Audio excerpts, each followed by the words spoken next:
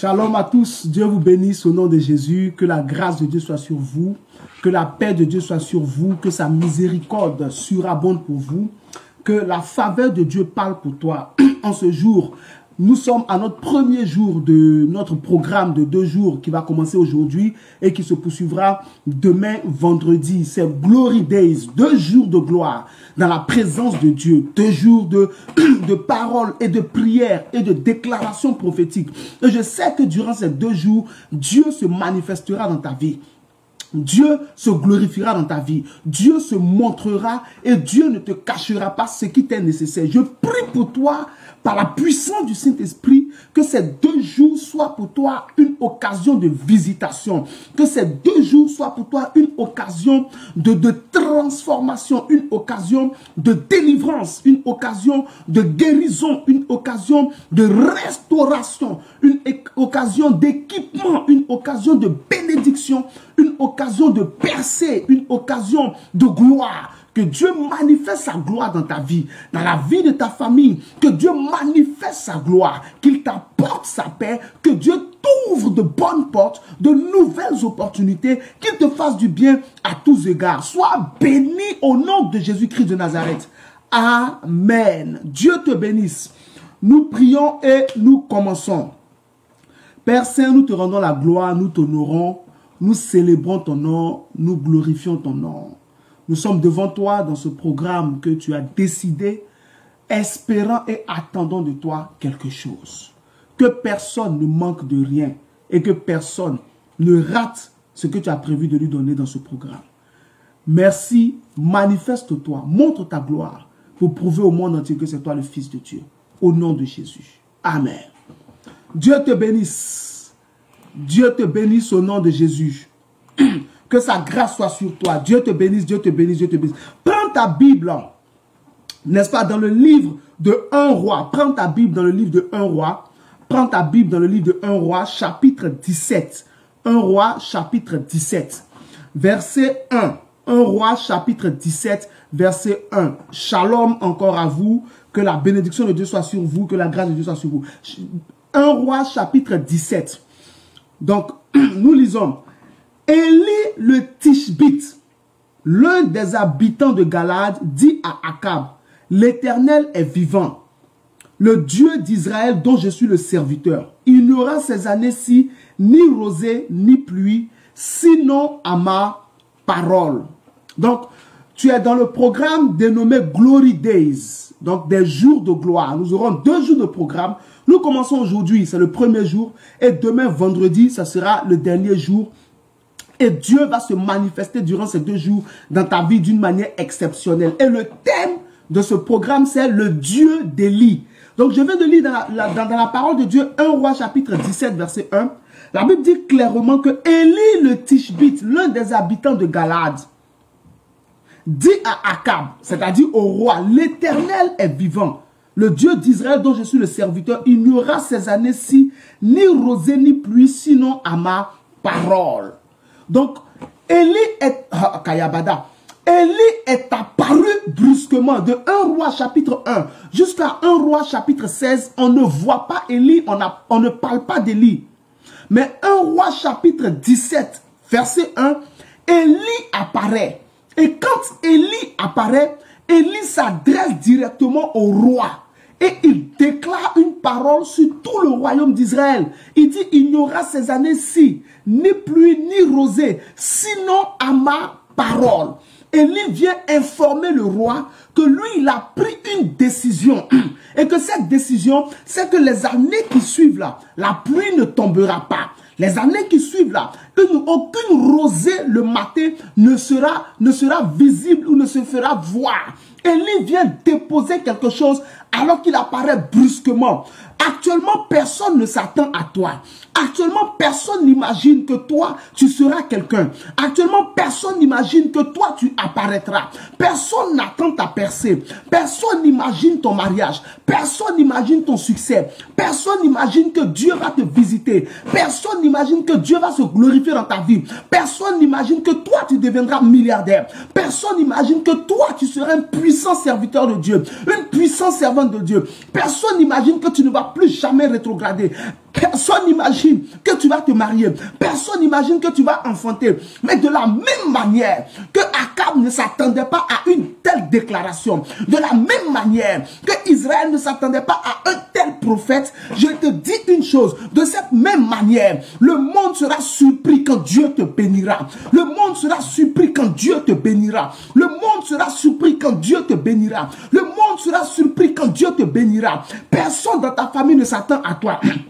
Personne dans ton entourage ne s'attend à toi. Ils se disent que tu ne deviendras plus rien. Mais comme Dieu a surpris Israël avec l'apparition soudaine de Élie, Dieu surprendra ton entourage avec ton élévation soudaine. Dieu surprendra ta famille avec ton élévation soudaine. Dieu surprendra les siens, ceux qui sont autour de toi, tous ceux qui te connaissent avec ta percée soudaine. Tu perceras, tu réussiras, tu évolueras. Dieu te bénira, Dieu te lèvera. Ils seront surpris de voir comment tu étais levé. Personne ne s'attend à toi, mais Dieu s'attend à toi.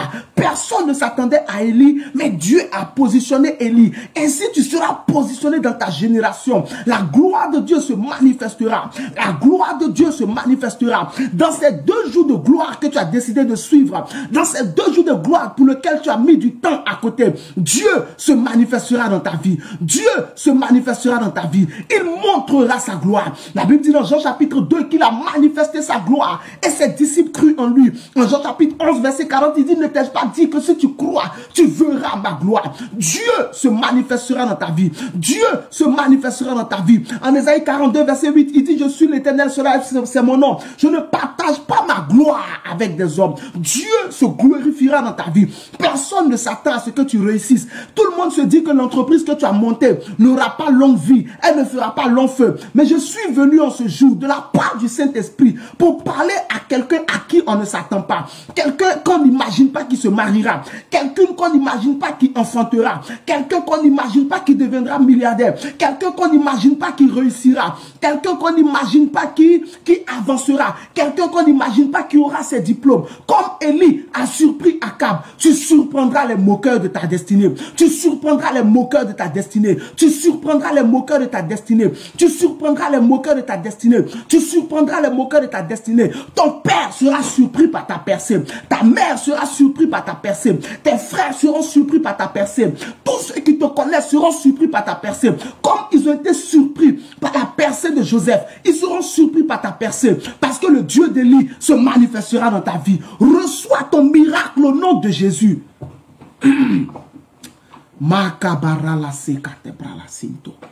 Frère, écoute-moi attentivement. Dieu a positionné Élie d'une manière soudaine. Et Dieu, le Dieu d'Élie, a une manière de travailler. Il a un système dans lequel il a travaillé. Et c'est ce système-là que je vais te montrer. Je vais te montrer en ce jour comment Dieu a organisé les choses. Et comment il a positionné ce prophète en Israël. Comment il lui a donné un nom. Et comment il a béni. Parce que c'est le plan de Dieu pour toi, Kayabada. Que tu sois béni, que tu aies un nom et que tu deviennes une source de bénédiction. Dieu a prévu que tu aies un nom. Il a prévu de te positionner. Mais il y a des choses que tu dois savoir. Il y a un fonctionnement divin que tu dois connaître afin de ne pas rater le plan de Dieu pour ta vie, afin de rentrer dans ta destinée prophétique et que ce qui est à toi ne t'échappe pas au nom de Jésus. Le Dieu d'Élie est prêt à te bénir. Mais il a besoin de t'inculquer une connaissance. Il a besoin de t'inculquer quelque chose. C'est pourquoi je voudrais que tu me suives attentivement et que tu écrives chez toi pour comprendre ce que Dieu a prévu pour toi et pour comprendre comment Dieu veut te parler et comment Dieu veut fonctionner dans ta vie au nom de Jésus. Nous étudions le Dieu qui était avec Élie. Je vais déjà te dire une chose. Élie n'avait pas un Dieu différent de toi. C'est le même Dieu.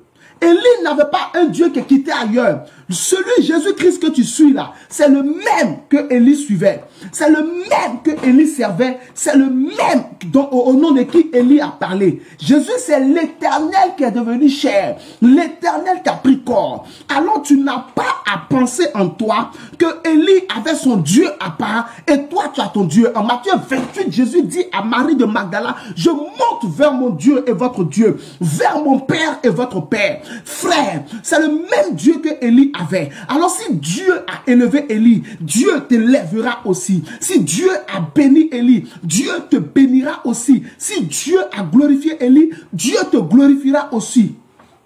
Je vais te montrer 3 points essentiels par lesquels tu comprendras comment le Dieu d'Élie a travaillé pour qu'aujourd'hui il puisse devenir ton Dieu. La Bible dit en Hébreux 13:8 que Jésus-Christ est le même hier, aujourd'hui et éternellement. Cela est important pour que tu sois rassuré dans ton esprit. Frère, pour que tu sois rassuré dans ton esprit, il est aussi avec toi. Il est aussi avec toi. Premier point. Comment le Dieu d'Élie a-t-il travaillé par Élie et dans la vie d'Élie? Premier point. Le Dieu d'Élie prépare. Mais numéro 1. Le Dieu d'Élie prépare. Le Dieu d'Élie prépare. Il prépare. Numéro 1. Le Dieu d'Élie prépare. Frère, écoute-moi attentivement.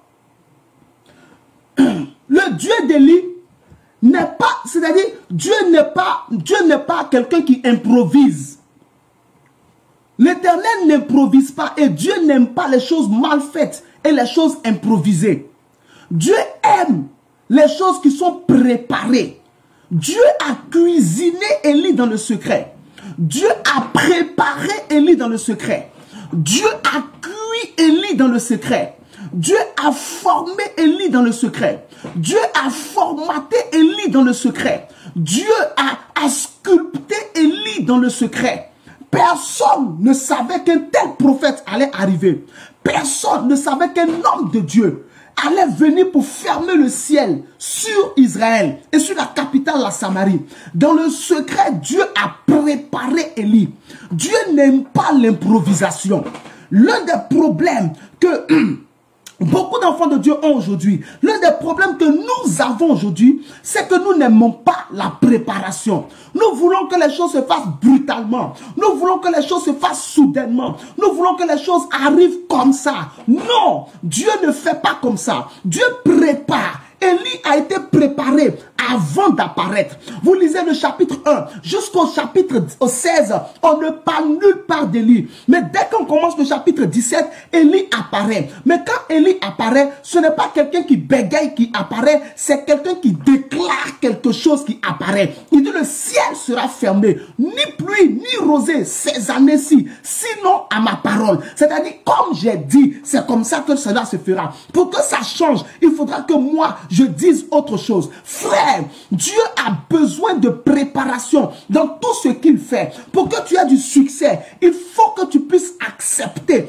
que Dieu te prépare avant de te lancer. Il a préparé Moïse avant de le lancer contre le Pharaon. Pendant 40 années, Moïse était berger à Madian, chez Jéthro, qui est devenu son beau-père. Pendant 40 années, Moïse a été berger. Jusqu'au jour où Dieu s'est révélé à lui quand Moïse est allé au mont Horeb, qui était déjà connu comme la montagne de Dieu. Et c'est là que Dieu lui dit que tu iras en Égypte pour faire sortir mon peuple Israël, qui est esclave en Égypte. Dieu a préparé Moïse pendant 40 années. Le Seigneur Jésus a été préparé pendant plusieurs années. À l'âge de 12 ans, Luc chapitre 2, on entend parler de lui. Après l'âge de 12 ans, on n'entend plus parler de lui. Vers l'âge de 30 ans, il revient sur la scène. Et quand il revient, il s'en va se faire baptiser. Quand il finit de se faire baptiser, le ciel s'ouvre, Luc 3, 21. Le Saint-Esprit descend sur lui. Ensuite, il est poussé dans le désert. Il jeûne 40 jours, 40 nuits dans le désert.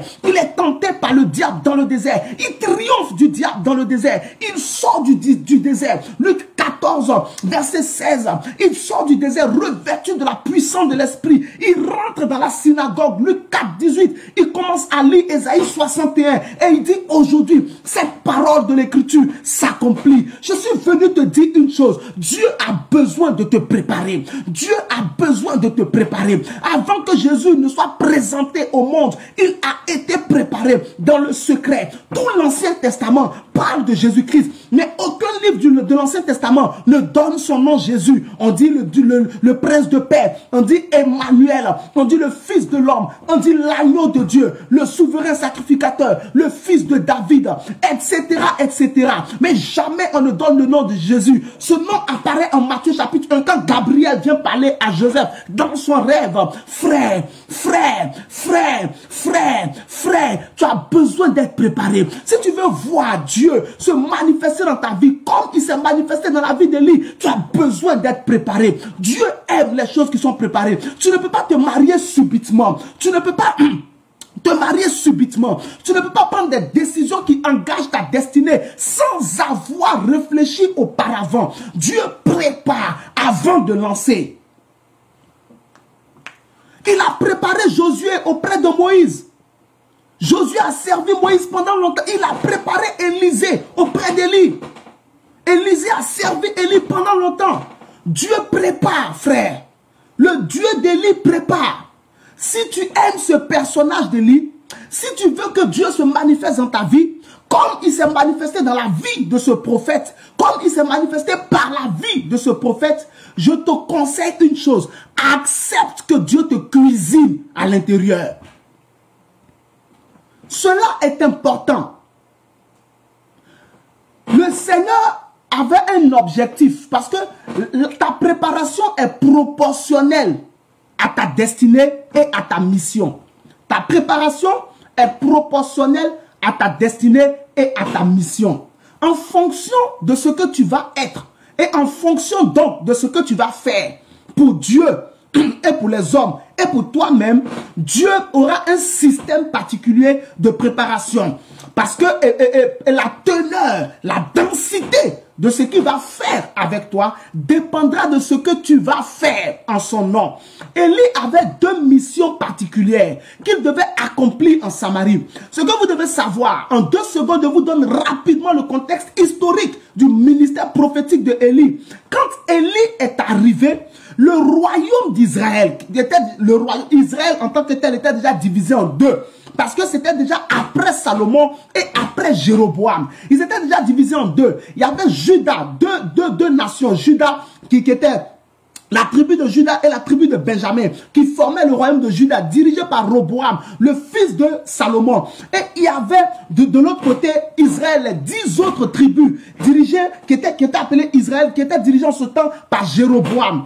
L'idolâtrie était rentrée en Israël quand le royaume était encore un, par Salomon, 1 roi chapitre 11, du verset 1 au verset 5. L'idolâtrie était rentrée, n'est-ce pas, en Israël. Quand Salomon est mort, Jéroboam, qui a remplacé Salomon, a accentué cette sorcellerie et cette idolâtrie-là. 1 roi chapitre 13.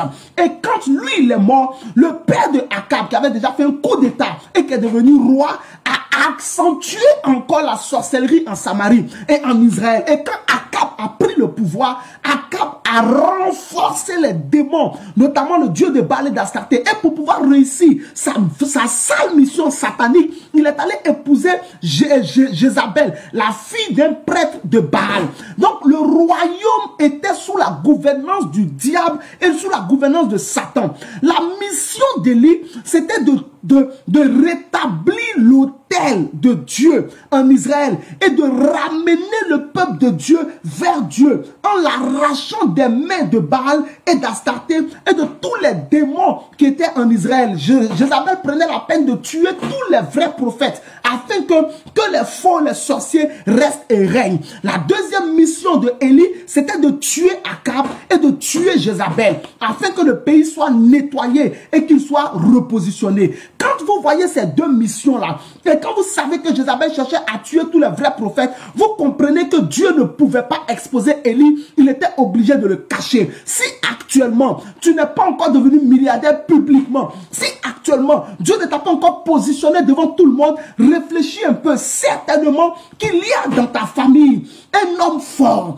Il y a dans ta famille une femme forte qui attend le premier qui va commencer à sortir la tête pour le tuer afin que personne ne soit béni. Donc comme Dieu veut faire tomber cet homme fort, comme Dieu veut faire tomber cette femme forte, comme Dieu veut faire tomber ce sorcier, comme Dieu veut faire tomber cette sorcière, par toi, il est en train de te préparer dans le secret afin que quand tu sortiras, personne ne te fasse tomber. C'est pour cela que Israël était surpris par l'apparition d'Élie à cause de sa mission. Tu as une mission pour ta famille. C'est pour ça que Dieu te prépare. Tu as quelque chose à accomplir pour ta génération. C'est pourquoi pour ça que Dieu te prépare. Il te prépare dans l'anonymat afin que personne ne s'attende à toi et que tu puisses frapper au moment où il faut. Personne ne s'attendait à Élie. Élie a frappé au moment où il fallait. Personne ne s'attendait à ce prophète. Il a frappé au moment où il fallait. Dieu est plein de sagesse.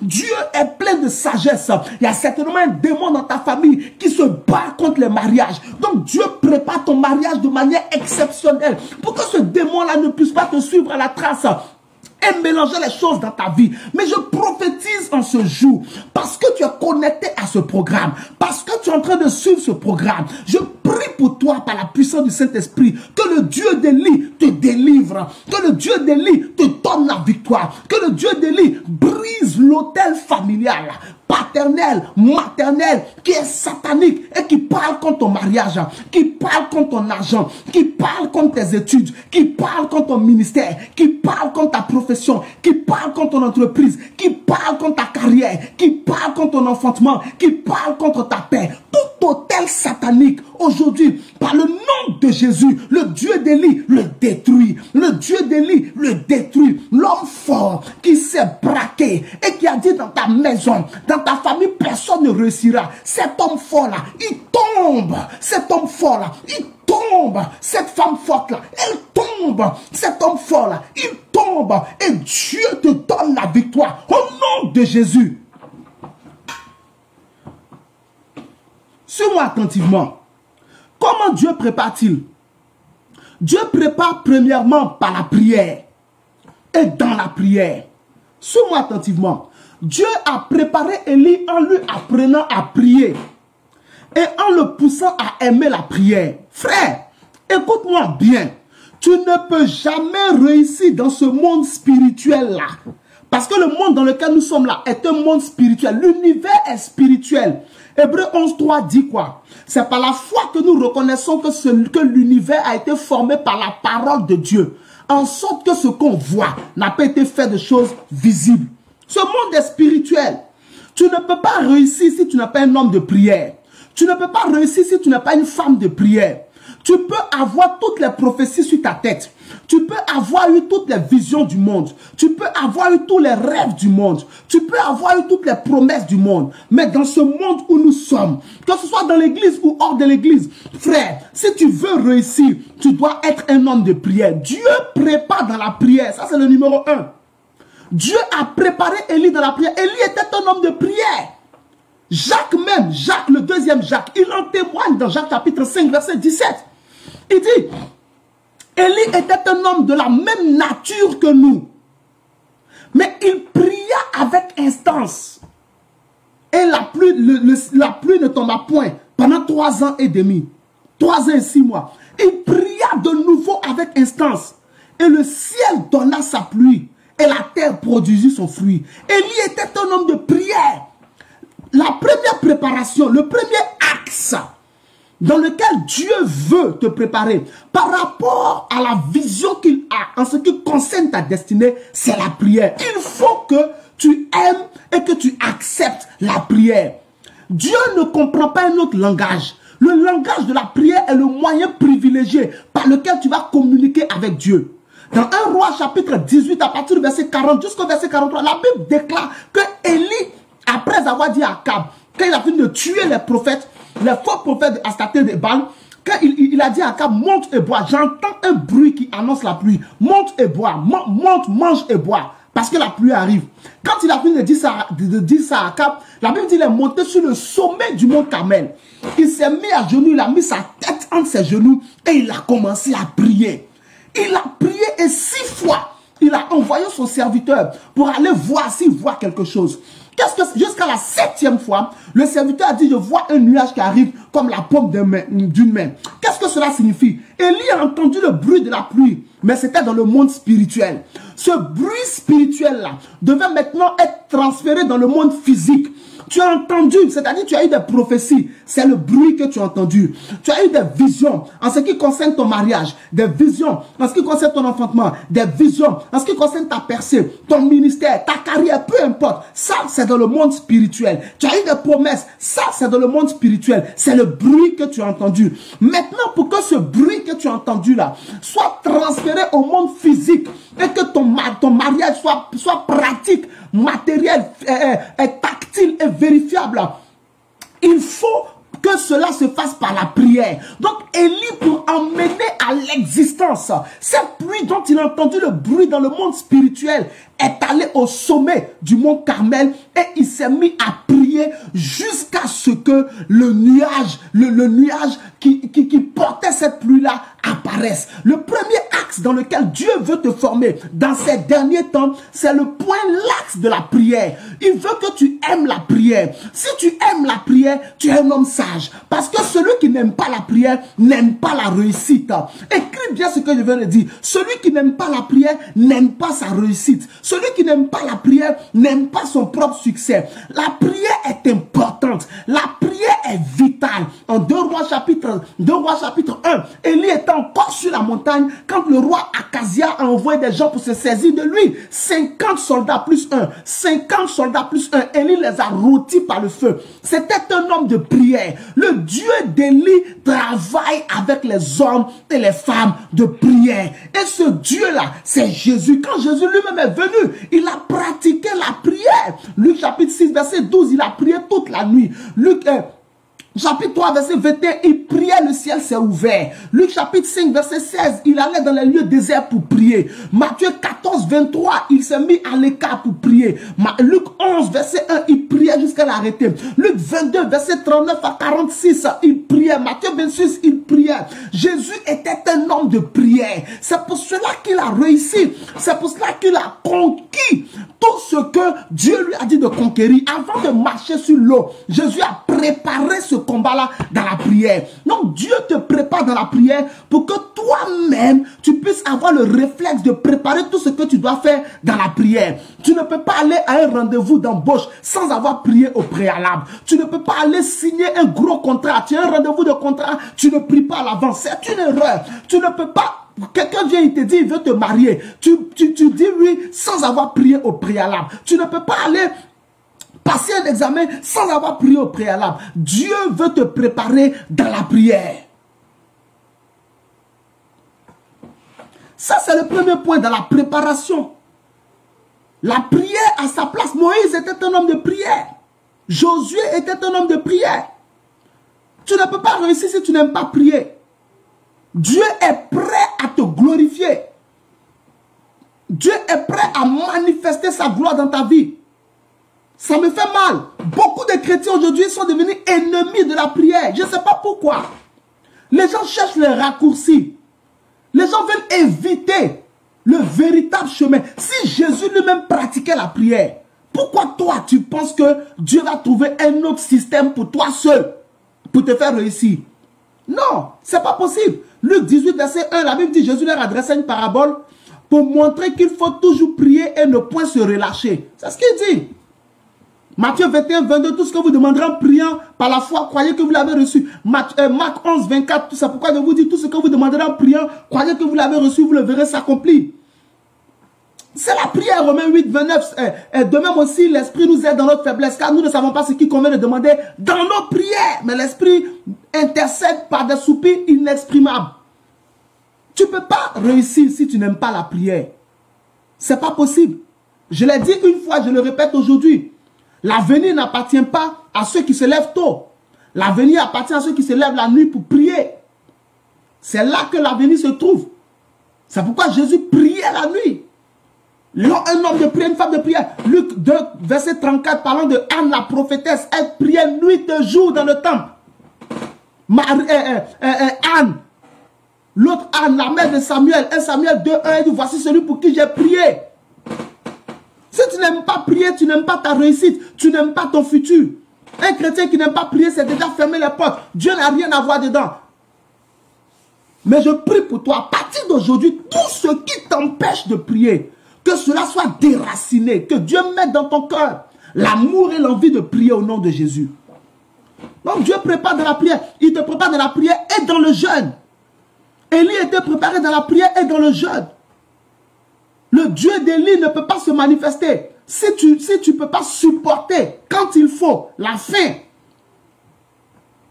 Pendant 40 jours, Élie était dans le désert. Il mangeait du pain de la viande le matin, le soir du pain de la viande. Et il a marché pendant longtemps. 40 jours, juste un peu de pain de la viande. Beaucoup de chrétiens aujourd'hui ne veulent pas jeûner.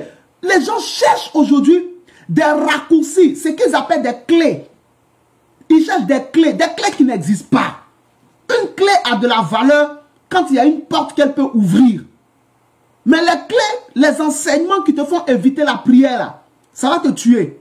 Les enseignements qui te font éviter le jeûne, ça va te tuer. C'est important. Le Dieu d'Élie est un Dieu qui travaille avec ceux qui peuvent jeûner. C'est important. Matthieu 6, 16, Matthieu 6, 17, Matthieu 6, 18, Jésus enseigne sur le jeûne. Ésaïe 58, on parle du jeûne. Luc 2, 34, on parle du jeûne. David était un homme de jeûne. Psaume 35, verset 13, il dit, j'humiliais mon âme par le jeûne.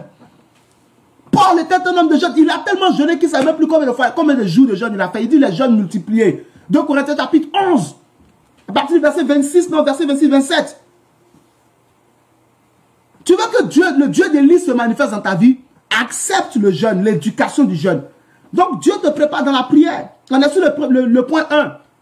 Le Dieu d'Élie prépare. Mais il prépare dans quoi? Il prépare dans la prière. Pour que toi-même tu aies le réflexe de prier avant de faire quoi que ce soit. Combien de chrétiens dorment? Ils se couchent à 22 h. Après avoir regardé un film. 23 h, 24 h, il dort. 8 h, il se lève. Boum, il est parti. Il est étonné de faire accident. Tu n'étais pas au courant. Mais Dieu ne parle pas aux gens qui ne prient pas. Le jeûne a sa place. Jésus a jeûné, Matthieu 4, 1. 40 jours et 40 nuits.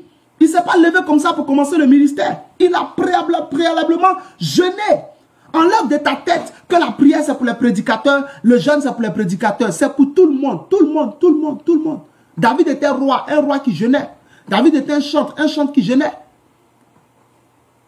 Tout le monde. Tant que tu es chrétien, c'est dans ce monde. Tu veux que Dieu se manifeste dans ta vie, tu dois accepter de payer ce prix-là.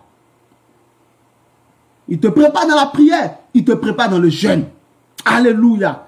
Que tout ce qui t'empêchait de jeûner, si c'était un enseignement même qui t'empêchait de jeûner, que cela soit déraciné au nom de Jésus.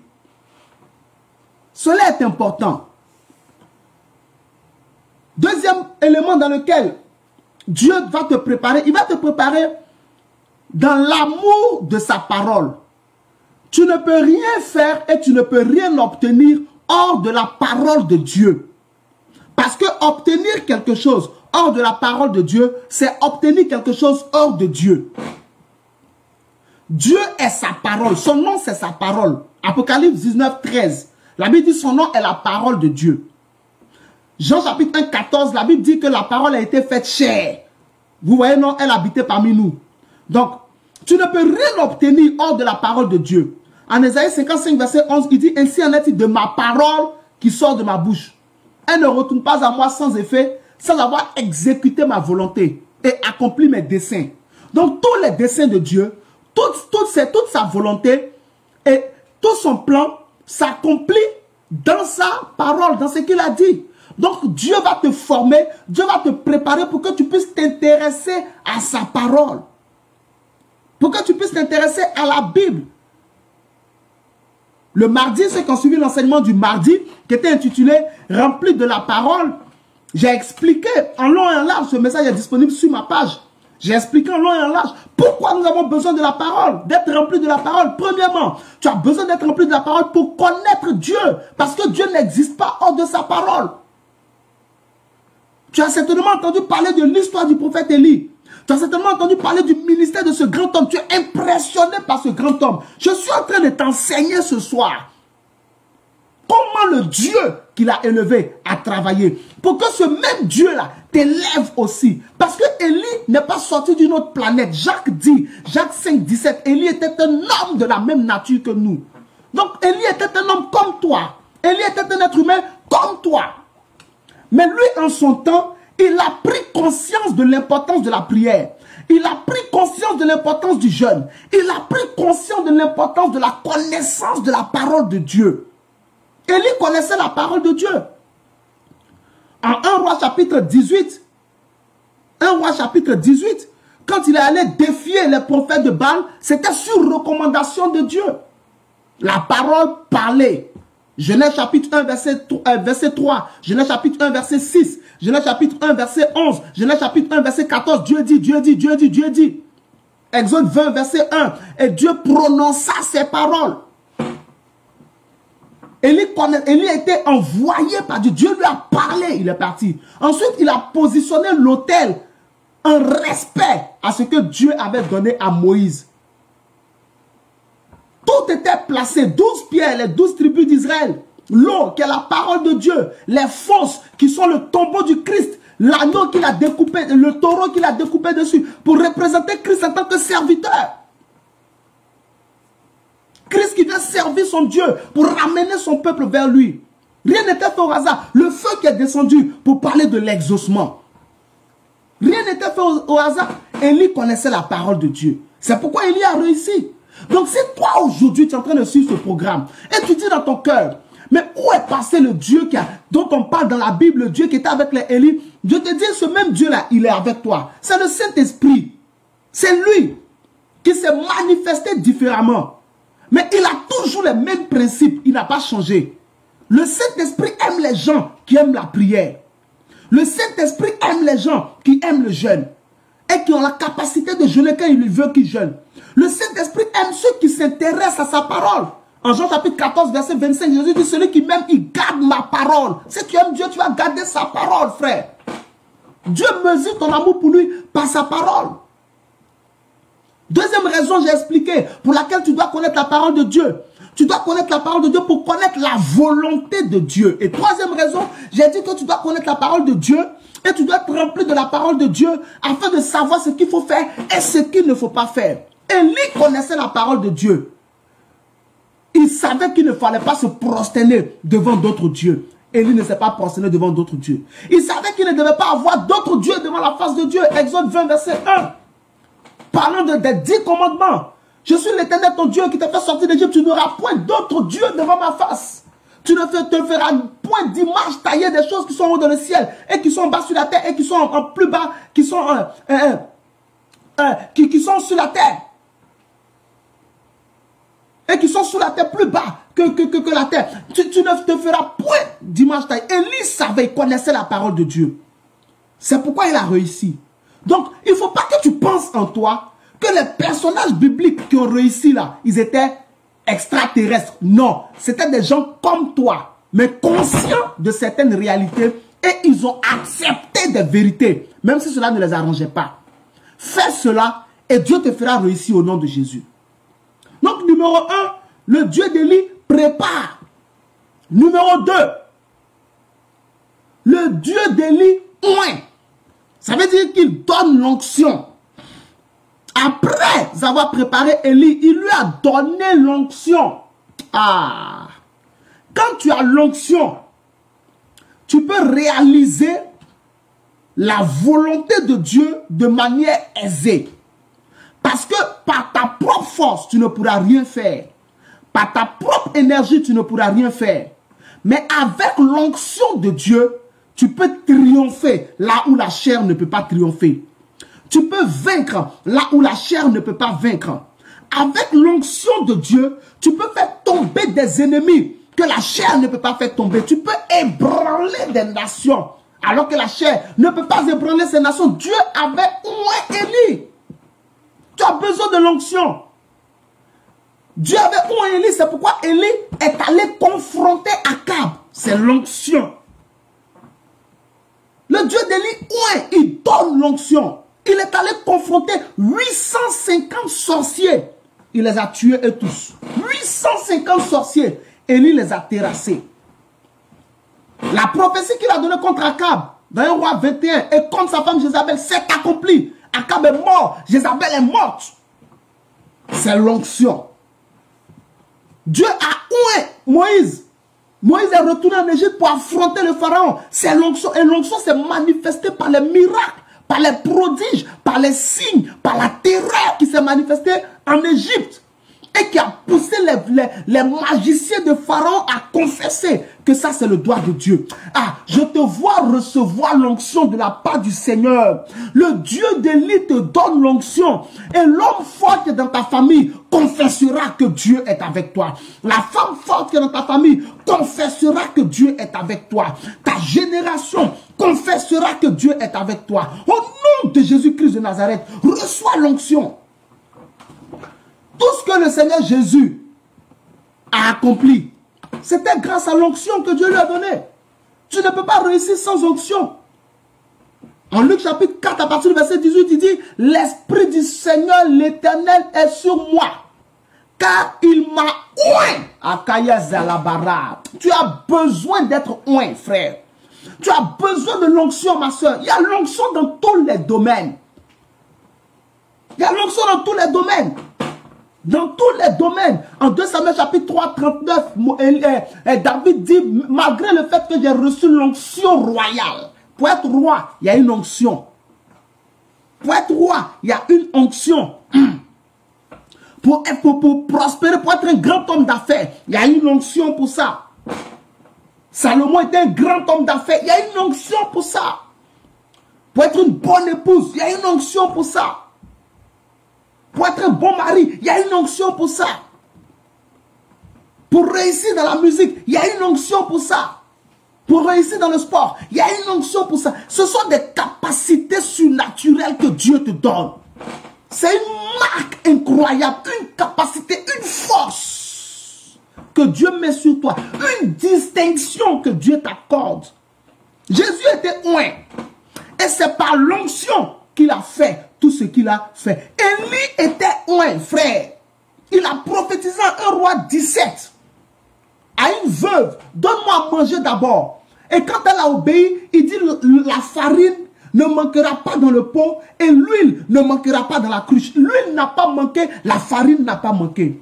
L'onction. L'enfant de la femme est morte. Élie a prié. L'enfant est ressuscité. L'onction. Frère,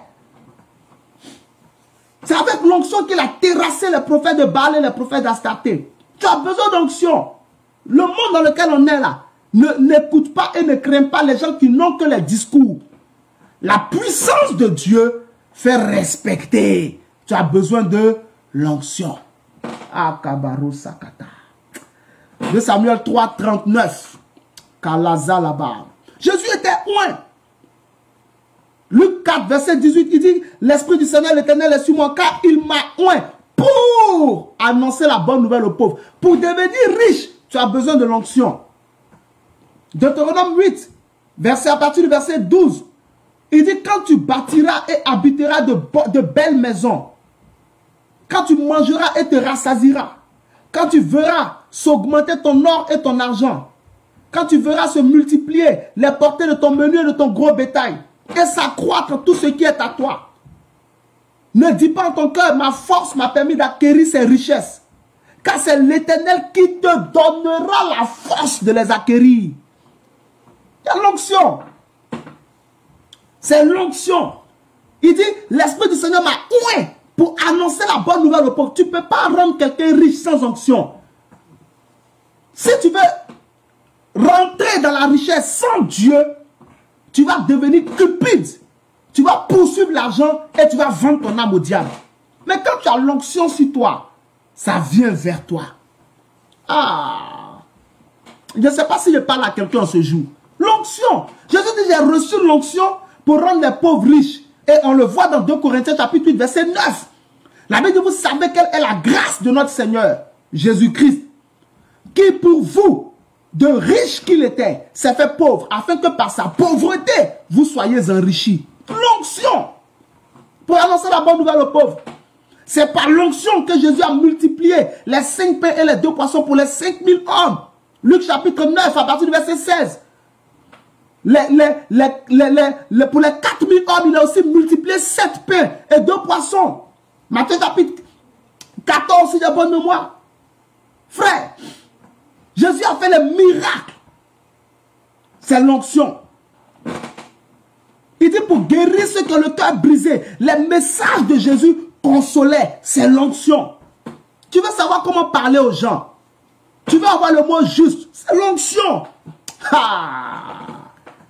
Makabara lazé. Jésus a ressuscité les morts. Ouvert les yeux des aveugles. L'onction. Il dit pour proclamer la délivrance aux captifs. La liberté aux opprimés. Ouvrir les yeux, annoncer le recouvrement de la vue aux aveugles. Bartimée qui a eu ses yeux ouverts. Marc chapitre 10, verset 51. L'onction. Verset 50, 51, 52. L'onction. Tu veux que les gens te suivent. Les gens viennent te soutenir. Les gens viennent t'aider. Tu as besoin. L'onction doit les attirer. Tu ouvres ton magasin. Tu veux que tes affaires marchent. Quand tu déposes ton devis, que ce soit ton devis qu'on retienne, il faut l'onction. Le Dieu d'Élie oint. Et l'onction, c'est dans tous les domaines. Et le symbole de l'onction, c'est l'huile. En Somme 23, David dit, tu dresses une table en face de mes adversaires et tu oins d'huile ma tête. Je crois le verset 4. Ah, Kabalaza. Tu oins d'huile ma tête, tu me donnes l'onction. 1 Samuel chapitre 16, verset 12 à 13. L'Éternel dit à Samuel, lève-toi, oins-le, car c'est lui. La Bible dit Samuel s'est levé, il a mis l'huile, il a pris la corne d'huile, il a oint David au milieu de ses frères. L'onction, c'est avec cette onction-là, David allait tuer Goliath. Si tu n'as pas d'onction, tu ne pourras rien faire. Mais quand tu as l'onction, tu peux tout faire. Je prie pour toi, que le Dieu de l'Élie te donne l'onction. Si tu as besoin, le domaine, le secteur dans lequel tu manques d'onction, si c'est dans les affaires, que Dieu te donne l'onction pour les affaires. Si c'est dans ton mariage, pour avoir le caractère qu'il faut en tant qu'épouse, pour avoir le caractère qu'il faut en tant que mari, en tant qu'époux, que Dieu te donne cette onction. Tu as besoin d'onction pour tes études, que Dieu te donne cette onction. Tu es dans le domaine du sport, tu as besoin d'onction, que Dieu te donne cette onction. Quel que soit le secteur dans lequel tu manquais d'onction, tu manquais d'être oint, que Dieu te oigne, que le Dieu d'Élie pourvoie à cette onction-là, qui va déboucher tes trompes, cette onction-là, qui va briser le joug du célibat chronique, cette onction-là, qui va briser le joug de la maladie sur toi, cette onction-là, qui va casser la main du diable, qui va casser le plafond que le diable a mis au-dessus de ta tête pour t'empêcher d'être élevé. Cette loi-là qui est établie et qui dit tu ne deviendras jamais rien, que Dieu te donne l'onction et que cette loi soit brisée, quel que soit dans le domaine dans lequel tu en avais besoin. L'onction pour l'écriture, l'onction pour la prière, l'onction pour le jeûne, l'onction pour la lecture de la Bible, pour l'onction pour l'évangélisation, l'onction pour la libéralité, quel que soit le secteur dans lequel tu évolues, que Dieu te donne l'onction, que le Dieu d'Élie te donne l'onction, que le Dieu d'Élie te donne l'onction. Sois oint, sois oint, sois oint, au nom de Jésus. Le Dieu d'Élie oint, frère. E makaraba, kaze kete bralande, rodasa katabra la seto. Salomon était oint pour devenir roi. 2 Rois 1, 34, 2 Rois 3, 2 Rois 1, 34, 2 Rois 1, 34, 2 Rois 1, 39, 2 Rois 1, 45. Quand Adonijah, son frère, son grand frère, a entendu que Salomon avait été oint par le sacrificateur Sadok, il a eu peur. Tes ennemis ne peuvent pas avoir peur de toi si tu n'as pas l'onction. C'est pourquoi David a dit, tu dresses devant moi une table en face de mes adversaires et tu oins d'huile ma tête. Parce que c'est l'onction qui va les effrayer. Quand Adonijah a entendu que Salomon était oint, il a eu peur. L'onction l'a effrayé. Ce n'est pas un jeu. Tu as besoin de l'onction pour les faire reculer. Pour repousser tes limites. Pour repousser les barrières. Tu as besoin d'être oint. Vous pouvez être 20 à travailler dans un domaine et Dieu va t'élever au milieu de tous les autres. C'est l'onction. La Bible dit dans le livre d'Hébreux, parce que tu as aimé la justice et que tu as haï l'iniquité, ton Dieu t'a oint d'une huile de joie supérieure à celle de tes collègues. L'onction. Psaume chapitre 133 à partir du verset 1. La Bible dit qu'il est doux et agréable pour des frères de demeurer ensemble. C'est car c'est là que Dieu répand sa bénédiction. C'est comme l'huile qui coule sur la tête d'Aaron. L'onction. Tu as besoin de l'onction. Dans n'importe quel domaine. Dans l'informatique. Où tu veux. Je ne peux pas citer tout. Tu as besoin de l'onction. Comme l'huile. En Jacques chapitre 5, verset 13. Quelqu'un parmi vous est-il malade? Qu'il appelle les anciens de l'église et que les anciens de l'église prient pour lui en loignant d'huile, l'onction. À partir d'aujourd'hui, je prie pour toi et je décrète sur ta vie, au nom de Jésus-Christ de Nazareth, le Dieu d'Élie, tu ne manqueras plus jamais d'onction. Quel que soit le domaine dans lequel tu avais une carence d'huile, de la même manière que l'huile dans la cruche n'a pas manqué en 1 Roi 18, ton huile ne tarira point. Ton huile continuera de se multiplier et de se renouveler chaque matin. Dans 2 Rois chapitre 4, l'huile était abondante et s'est arrêtée de couler quand il n'y avait plus de vase. Que Dieu fasse en sorte que tu sois toujours disponible en tant que vase et que l'huile coule dans ta vie, afin de bénir tous les secteurs dans ta vie que le diable avait desséché, que le péché avait desséché, que l'ennemi avait desséché, tout ce qui avait été rendu stérile par l'huile de l'onction, que cela devienne fécond, réussi et soit oint au nom de Jésus. J'aime trop ce verset de Actes 10, 38. Jésus que Dieu a oint du Saint-Esprit et de puissance. Il allait partout en Israël faisant du bien et délivrant, libérant tous ceux qui étaient sous l'emprise du diable. Par l'onction, Jésus délivrait tous ceux qui étaient sous l'emprise du diable et il faisait du bien. Je te vois être la tête de ta famille, celui par qui le nom de ton père sera relevé au nom de Jésus. Dernier point.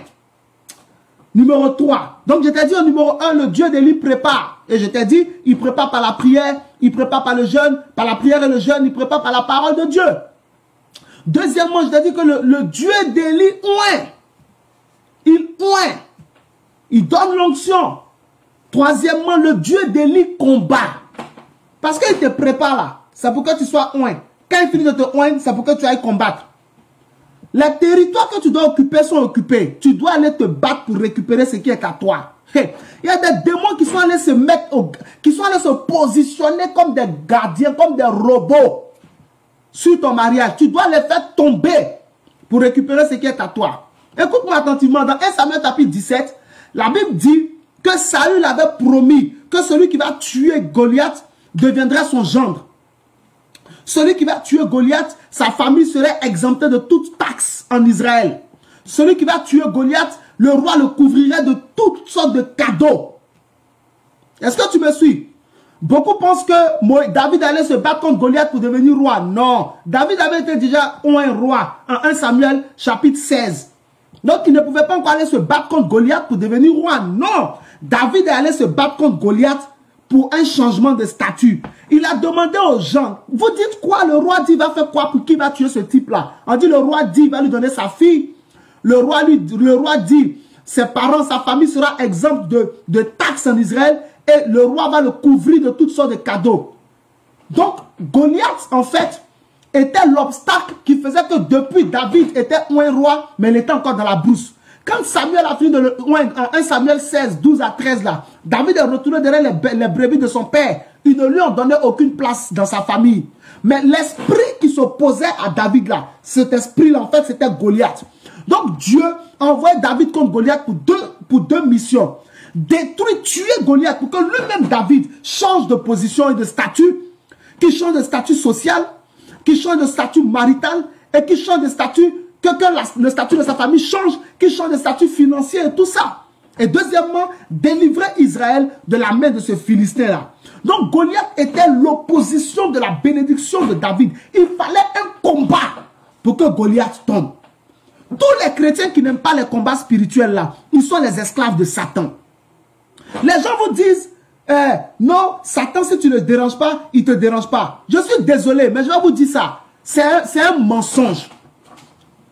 On ne peut pas dire à un chrétien que Satan, si tu ne le déranges pas, il ne te dérange pas. Désolé de vous le dire, mais c'est un mensonge. C'est un faux enseignement. Et je vais vous le démontrer bibliquement. Quand on lit Genèse chapitre 3, Ève a fait quoi à Satan? Ève a fait quoi au serpent? Le serpent lui-même là, qu'est-ce qu'il avait fait au diable? Pour que le diable le pousse à tromper Ève et que lui, le serpent, soit déformé, qu'il perde ses pattes. Répondez-moi. Ève avait fait quoi de mal? Rien. Adam qui était assis tranquillement devant sa porte, dans le jardin d'Éden, il avait fait quoi de mal? Il n'avait pas dérangé le diable. Ève n'avait pas dérangé le diable. Le serpent n'avait pas dérangé le diable. Mais le diable est venu les déranger. Il ne faut pas penser que, comme tu ne vas pas mener de combat spirituel, comme tu ne vas pas attaquer les sorciers, donc ils vont te laisser en paix. Je vais te dire une chose qui va te surprendre. Le fait que tu penses en toi que les combats spirituels ne sont pas bons, ça prouve que tu es déjà sous l'autorité du diable. Parce que ce n'est pas ce que la parole de Dieu dit. Le Dieu d'Élie combat. Un roi 18, c'est lui qui a envoyé Élie combattre les 450 prophètes de Baal et les 400 prophètes d'Astarté. Ce n'est pas de l'amusement. C'est lui qui a envoyé. Dans 2 Rois chapitre 1, Akazia a envoyé des gens pour aller consulter Baal, Baal Zéboub, je crois, parce qu'il était malade. Et Dieu a dit à Élie de descendre pour dire aux envoyés d'Akazia de se retourner, de dire à Akazia, il va mourir parce qu'il n'est pas venu consulter l'Éternel. C'est le genre de Dieu que nous avons.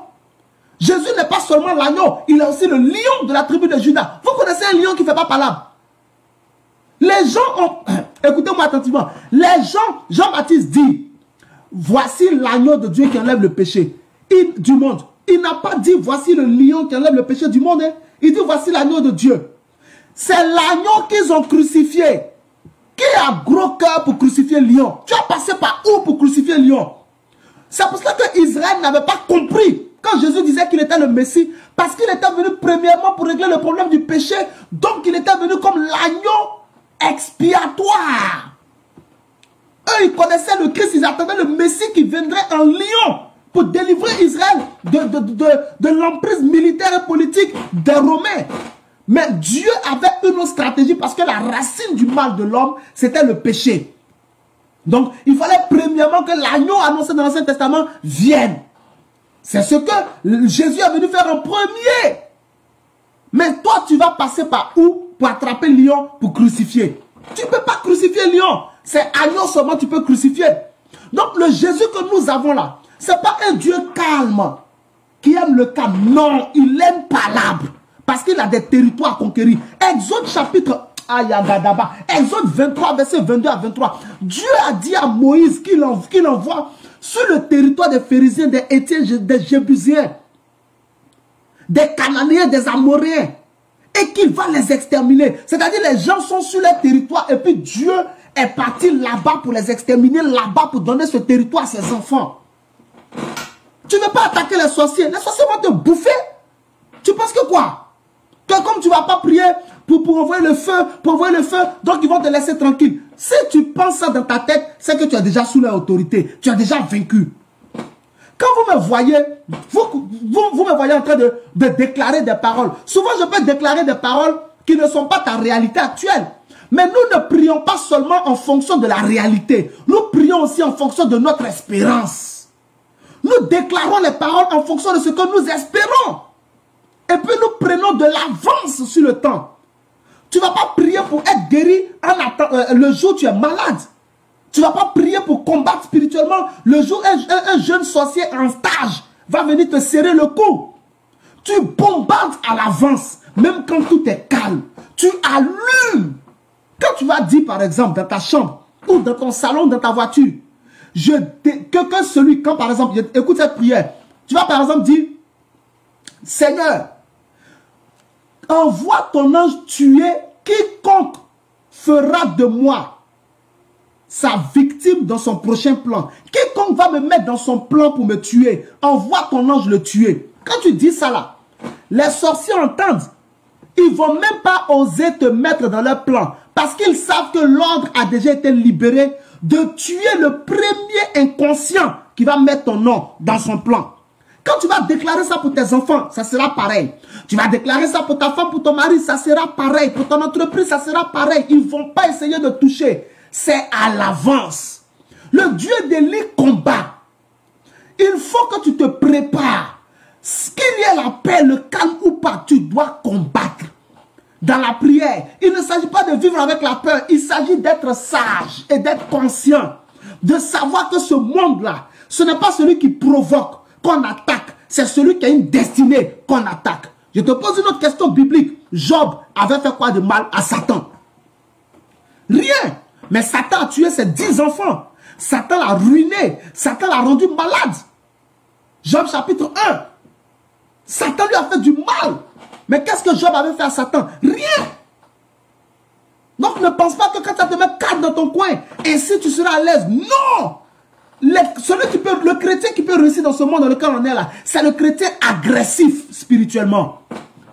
Il faut prier à l'avance. Ne prie pas pour ton mariage le jour du mariage. Même quand tu es célibataire, tu pries à l'avance pour éviter les candidats de la sirène des eaux, les candidats de la sorcellerie, le candidat des loges mystiques. J'ai beaucoup de choses à vous dire sur ça. Même si nous sommes dans un programme spécial, je ne vais pas déborder dans 1 heure. Nous sommes déjà à 1h02. Et j'espère que jusque-là, tu as reçu quelque chose de la part de Dieu. Le Dieu d'Élie combat. Je te donne ce passage et puis nous prions.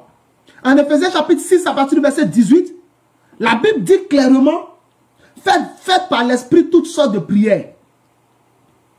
Car nous n'avons pas à lutter contre la chair et le sang. Le verbe est sorti, lutter.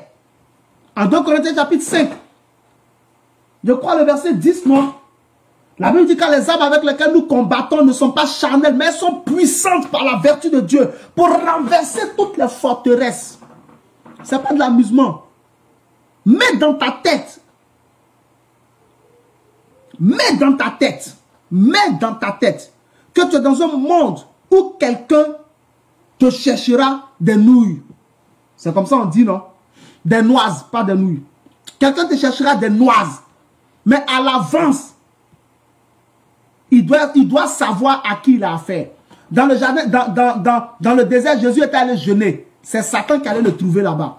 Satan là, il est bête, hein? Il est très très stupide. Il n'a pas besoin que tu l'attaques pour t'attaquer. Il a juste besoin de savoir que tu as une destinée. Ou bien que tu plais à Dieu. Dès qu'il sait que tu plais à Dieu, tu deviens son ennemi. C'est comme ça que Satan réfléchit. Il est très sauvage. Donc toi aussi tu dois être sauvage. Tu dois être bête, tu dois être stupide. Sur le plan spirituel. Pour limer chaque jour. C'est pour cela que tu dois prier tous les jours. Et ne pas jouer avec. Combat pour te marier. Dans la prière. Combat pour ta société. Combat pour tes enfants. Combat pour ta femme. Combat pour ton mari. Même si tu vois que tout est calme. Lime seulement. On ne sait jamais d'où ça peut venir. Envoie les bombes. C'est ce que nous faisons dans nos programmes. Quand tu me vois libérer, déclarer des paroles sur toi, c'est à l'avance. On prend de l'avance sur l'ennemi. On prend de l'avance sur l'ennemi. Jean chapitre 18, verset 4. Jésus sachant à l'avance ce qui allait lui arriver. Il savait à l'avance. Il faut prendre de l'avance sur l'ennemi. Il ne faut pas attendre qu'une petite sirène des eaux mal élevée vienne te trouver dans ton rêve pour coucher avec toi par une femme de nuit, pour te lever maintenant pour dire pour la nuit, tu es vaincu, sirène des eaux. Non, ça c'est les enfants, c'est les plaisantins qui agissent comme ça. À l'avance, c'est pourquoi tu dors pas, tu es debout en train de prier. À l'avance. Toute sirène des eaux qui va me mettre dans son programme, je coupe sa queue, je casse ses dents. À l'avance, elle entend. Elle n'a pas qu'à de te mettre dans son programme. C'est pourquoi le Dieu d'Élie combat. Et je prie que Dieu te donne la victoire dans tous tes combats. Parce que tu es en train de suivre ce programme, ce premier jour, Que le Dieu d'Élie qui lui a donné la victoire te donne la victoire. Celui-là qui lui a donné la victoire contre les prophètes de Baal, celui-là qui lui a donné la victoire contre les prophètes d'Astarté, qu'il te donne la victoire contre les sorciers, qu'il te donne la victoire contre les sorcières, qu'il te donne la victoire contre la sirène des eaux, contre Satan. Jésus a dit en Luc 10, 19, je voyais Satan tomber du ciel comme un éclair. Que Dieu te donne la victoire. Chaque fois que Satan se lèvera contre toi, qu'il tombe comme un éclair. Chaque fois que tes ennemis se lèveront contre toi, qu'ils tombent comme un éclair. Ésaïe 54, verset 15, il dit tout. Il dit, quiconque se lèvera contre toi, tombera en ton pouvoir. En Deutéronome 28, verset 7, il dit, l'Éternel te donnera la victoire sur tes ennemis qui se lèveront contre toi. Ils sortiront contre toi par un chemin, ils s'enfuiront par 7 chemins. Alléluia. Ils s'enfuiront par 7 chemins. C'est ça, à l'avance en combat. À l'avance en combat. À l'avance on bombarde. À l'avance on lime. On n'attend pas que ça vienne. Mais nous-mêmes on va vers la guerre spirituelle. Parce qu'on est prêt à gagner, revêtu des armes spirituelles. On est sûr de notre salut. On est sûr, confiant dans notre foi. On est sûr de notre justice. On est sûr de notre zèle. Et on connaît la parole de Dieu. On lime et on avance avec la paix, sans la peur, mais avec l'onction, avec la puissance, parce que nous avons été préparés. À partir d'aujourd'hui, le Dieu d'Élie te donne la victoire. Le Dieu d'Élie se manifeste dans ta vie. Le Dieu d'Élie se glorifie dans ta vie. De même qu'il s'est levé pour défendre son peuple en Israël. Exode chapitre 3, il s'est révélé à Moïse pour aller délivrer son peuple. Exode 3, 8, il dit, je suis descendu pour délivrer mon peuple. Dieu descendra, il te délivrera. Dieu descendra, il te délivrera. Quelle que soit la situation, quels que soient tes ennemis, quel que soit leur poids et leur puissance, le Dieu d'Élie te donnera la victoire. Le Dieu d'Élie te donnera la victoire. Ce qui a arrêté ton père ne t'arrêtera pas. Ce qui a arrêté ta mère ne t'arrêtera pas. Ce qui a arrêté tes frères ne t'arrêtera pas. Ce qui a arrêté tes soeurs ne t'arrêtera pas. Ce qui a arrêté tes amis ne t'arrêtera pas. Dieu te bénira. Dieu te bénira. Le Dieu d'Élie que nous évoquons te bénira. Il te versera sur toi sa bénédiction et tu marqueras ta génération. Le domaine dans lequel tu es, tu perceras dans ce domaine, tu réussiras dans ce domaine. Ce qui t'a résisté hier, à partir de ce jour où tu entends ma voix, où tu suis cette prédication, où tu es sous l'influence de ma voix, Dieu te fera réussir là-bas demain. Ce qui t'a résisté ne te résistera plus. Les portes qui t'avaient été refusées, ces portes-là te seront accessibles désormais. Là où on t'avait dit non, on te dira oui. Quiconque te doit et ne veut pas te payer ton argent, il te paye ton argent aujourd'hui même. Le trouble lui est donné jusqu'à ce qu'il te donne tout ce qu'il te doit. Dieu te fait rentrer dans ton mariage. Dieu te fait rentrer dans ton enfantement. Dieu te fait rentrer dans ta promotion. Dieu t'accorde la santé et la bénédiction. La vie est ton partage. Le succès est ton partage. La gloire est ton partage. Glory days for you. Des jours de gloire pour toi. Des jours de gloire pour toi. Des jours de gloire pour toi. Des jours de gloire pour toi. Des jours de gloire pour toi. Des jours de gloire pour toi. Des jours de gloire pour toi. Des jours de gloire pour toi. Des jours de gloire pour toi. À partir d'aujourd'hui, rentre dans la gloire de Dieu. Rentre dans la gloire de Dieu. Marche dans la gloire de Dieu. Que ce premier jour décante les situations. Que ce premier jour brise les chaînes. Que Dieu se révèle à toi. Que ta vie spirituelle soit redynamisée. Qu'elle soit restaurée. Que ta mentalité soit renouvelée. Qu'elle soit transformée. Afin que tu puisses avoir la capacité de discerner quelle est la volonté de Dieu. Ce qui est bon, agréable et parfait. Que Dieu te bénisse.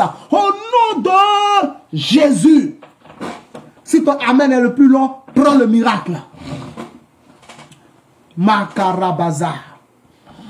Et Katulara Sabada Bradaza pour te la santi. Katura Babenti. Merci Seigneur. Merci, merci, merci Seigneur. Kalabaza laba. Ikatora Katara. Sakatebra Adesa. Dieu te bénisse abondamment. Demain, c'est le deuxième jour, frère. Et demain, Dieu m'a dit de me concentrer sur la prière pour les malades. Donc demain, je vais prier contre toute maladie que Dieu va me montrer. Je vais attaquer toute maladie. Voilà. Je vais attaquer toute maladie. Toute maladie. On va prier. C'est pourquoi, si tu connais quelqu'un qui est malade, quelqu'un qui a des infirmités, quelqu'un qui souffre quelque part, s'il te plaît, invite-le à se connecter demain à 20h30. Donne-lui le lien de la page qu'il aime, qu'il s'abonne et qu'il active les notifications. Afin que demain, dès 20h30, 19h30 GMT, donc même si quelqu'un n'est pas en France, qu'il est dans un autre pays, peu importe, s'il te plaît, invite les gens à se connecter demain. Pour ce deuxième jour, le Dieu des livres veut guérir. Il m'a dit, prie pour les malades. Donc, demain, je veux me concentrer sur tous ceux qui sont malades. Si toi-même tu es malade, sois présent demain. La guérison est ton partage. Tu pourras aussi mettre le nom en commentaire de tous ceux que tu connais, qui sont malades, qui t'auront donné leur sujet, qui n'ont pas pu se connecter. Merci beaucoup, mon fils. Toi, tu es formidable. Qui n'ont pas pu se connecter, tu pourras mettre leur nom. Contrairement au mardi où je ne cite pas le nom, mais je prie. Demain, si tu mets un nom, je citerai le nom de la personne et je prierai pour la personne. Donc, vraiment, je compte sur toi pour partager. Si tu estimes que tu es béni, partage. N'hésite pas, invite, ne cache pas ce qui est bon. Invite les gens, partage. Tag des personnes, mets leur nom pour que ces personnes-là viennent. Ne prends pas toi seul la bénédiction, s'il te plaît. Et demain, nous sommes là pour le deuxième jour de Glory Days. Pour que Dieu se manifeste dans la vie des uns et des autres. Dieu te bénisse abondamment. Est-ce que quelqu'un était béni par ce premier jour? Si tu étais béni par ce premier jour, mets-moi ton plus long Amen. Et nous allons prier, n'est-ce pas, pour la fin. Ouais, demain, pour les malades. Donc, demain, quelqu'un peut donner, c'est que tu peux mettre le nom de la personne a telle maladie, tu mets. Si on ne peut pas mettre le nom de la maladie, tu mets seulement le nom de la personne. On met. Si quelqu'un me veut appeler en direct, le numéro de téléphone est sur votre écran, non? Il est bien visible, non? Voilà, il est en dessous du thème là, 06 65 95 76 91. C'est un WhatsApp. Si vous voulez, je peux mettre le logo WhatsApp devant. On fait tout pour pouvoir vraiment aider quelqu'un. N'est-ce pas? On fait tout pour que Dieu puisse aider quelqu'un, pour que Dieu puisse bénir quelqu'un. Donc, le numéro WhatsApp est là. Voilà, il est là. Vous voyez? Donc, vraiment, n'hésitez pas. Le numéro de téléphone est là. Si quelqu'un me veut appeler en direct pour donner son sujet, le numéro WhatsApp est là. Il peut appeler en donnant en direct. Demain, je serai là pour les prières. Voilà, ok. Vos Amen me rassurent. Ça veut dire que quelqu'un a reçu quelque chose. Quelqu'un a reçu quelque chose. Donc, aujourd'hui où tu as entendu ce message, où tu as reçu la prière, attends-toi à quelque chose. Dieu se manifestera. Donc, demain, rendez-vous à 20h30. Invitez, partagez. Que les gens se connectent, que les gens aiment la page, qu'ils s'abonnent, qu'ils activent les notifications. Comme ça, quand le direct commence, ils reçoivent immédiatement.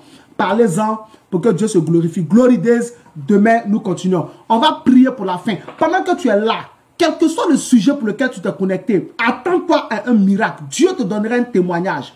D'ici jusqu'à demain, je prie qu'un témoignage majeur se manifeste dans ta vie au nom de Jésus. On va prier pour la fin. Dieu te bénisse abondamment. Ma tête est une bonne tête. Ah, ma carabase que te bra la senti. Ma katora la bazenti branto brante brakatabra. Ragadabaza. Dis après moi, Dieu délie. Bénis ma tête. Bénis ma vie. Combat pour moi. Bénis mes mains. Bénis mes pieds. Et donne-moi du succès. Au nom de Jésus. Amen. Akabaro. Thank you, Holy Spirit.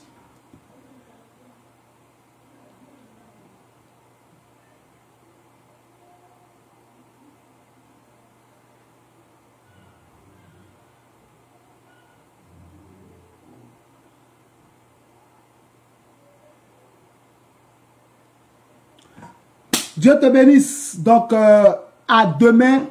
Dieu vous garde abondamment. Passez le message autour de vous. Dites qu'il y a un mouvement qui se passe en ce moment. Que les gens viennent rejoindre. qu'ils aiment la page, qu'ils s'abonnent. Le numéro de téléphone est là, qu'ils envoient leur sujet de prière. Dieu est prêt, le Dieu d'Élie est prêt à visiter quelqu'un demain. À demain, ciao.